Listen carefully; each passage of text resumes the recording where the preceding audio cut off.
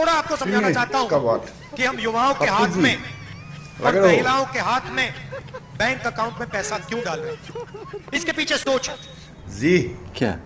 सबसे पहले आपको महंगाई से राहत मिलेगी,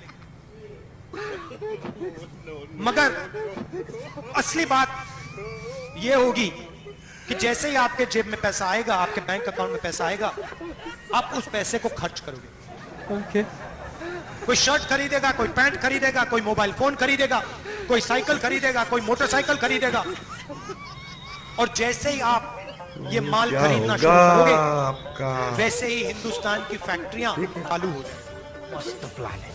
और जैसे ही हिंदुस्तान की फैक्ट्रियां चालू होंगी, वैसे ही हिंदुस्तान के करोड़ों बेरोजगार युवाओं को उन्हीं फैक्ट्री में रोजगार मिलना शुरू हो जाएगा। अब कहाँ थे ज्ञानी बाबा?